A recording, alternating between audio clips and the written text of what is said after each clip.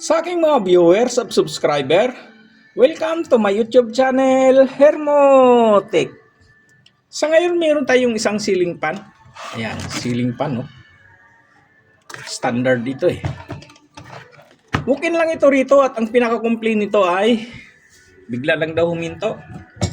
Ngayon, ito yung kanyang cord test natin dito. Kasi minsan, ang sira nito ay nandito lang sa wire eh. Kaya ikot-ikot niya, madalas napuputol to eh. Pero kung good naman ito, maring sa winding. Kasi good yung kanyang bushing eh. Ayun oh, malambot pa naman. Yan. Ngayon i-test natin dito kung may continuity ba.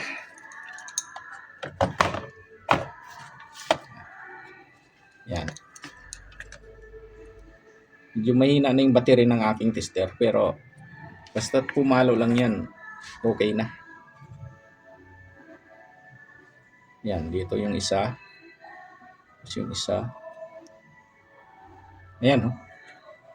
Open nga siya oh. Wala nga. Ngayon ang gagawin natin ay tanggalin natin tong pinakamotor niya sa case niya. Tapos tanggalin natin yung pinaka-stator niya. Baka may putol lang dito sa wire. Ayan na at tatanggalin ko na.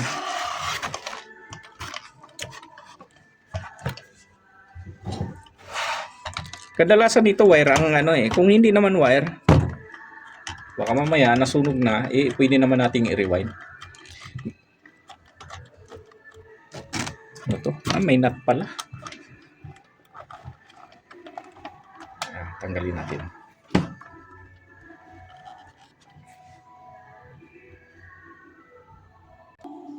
Ayan na, natanggal ko na yung pinakatakip niya. Saka napansin ko rito, medyo lumuwag eh. Lumuwag yung natanggal sa tali. Baka may naputol ito eh. Ayan oh. Ngayon ang gagawin natin ay tatanggalin natin yung pinaka-stator nito.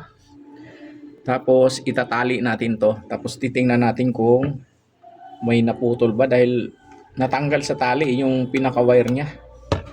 Ayan. Tanggalin natin yung pinaka-stator niya. Ayan na, natanggal na natin siya. Ayan oh. Nagkaputol-putol nga oh. Ngayon hahanapin natin yan. Bali, 4 na terminal lang naman to kasi wala siyang wala siyang speed. Ang speed nito ay nasa switch. Minsan kapasitor ang ginagamit na speed nila rito eh. Ito, hanggang sa puno to naputol ah. Copper pa naman to dahil nauna ito eh. Tingnan natin dito. Hahanapin ko kung saan banda naputol itong isa. Sa ngayon ang nakikita ko rito ay 3 terminal pa lang to. Ayan oh. 3. Bali ito. Ngayon hanapin natin yung isa. Kung saan ba. Dahil mahaba ang pagkaputol niya oh. Ayan na at hahanapin ko muna. Inalis ko yung mga tali niya. Kaya nakita ko yung bali ito na yung kanyang terminal. Itong side na ito para to sa ating line capacitor. Ito yung running niya, yung sa gilid. Ito. Yung sa pinakadulo. Ayan.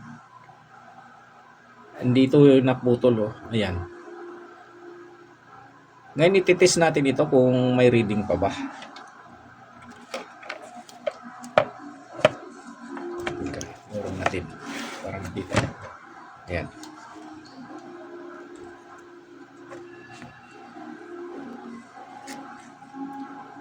Mahina na yung battery na aking running muna.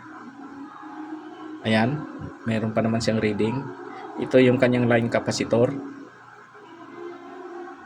Ayan. Ngayon ang gagawin natin ay palitan na natin yung kanyang wiring kasi matigas na oh. Oh.